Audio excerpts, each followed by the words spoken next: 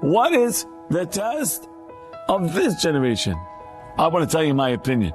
My opinion, if you were to ask me, what is the tikkun of this generation? How are we going to get a sachar of this generation? You want to know what it is? Well, let's take a look. What was the test?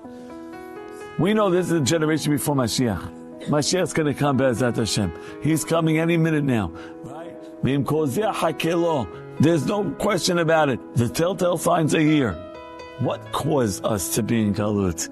Sinat Chinam.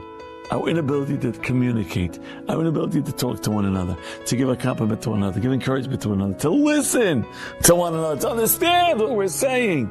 That was our problem all those generations ago. That's where we defaulted. That's where we fell. That's where we succumbed. And therefore, the tikkun right before Mashiach is going to be, can you learn how to socialize? Do you know how to talk to one another? Can you communicate? Do you know how to relay over your emotions? And more importantly, do you know how to listen to everybody else? And that's why this came into play.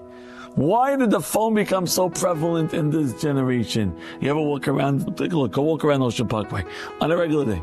And you take a look, two teenagers are sitting down right next to each other, best friends. And what are they doing? They're not talking to each other. They're on their phone. Each guy is on their phone. Each one. Right?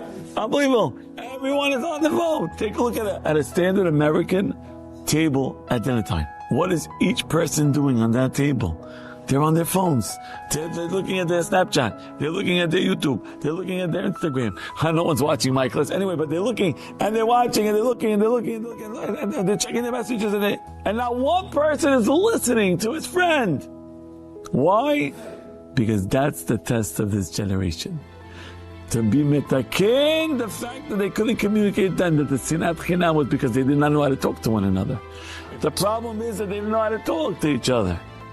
And therefore, in our generation, right before Mashiach's kingdom comes, the same test emerges. Do you know how to talk?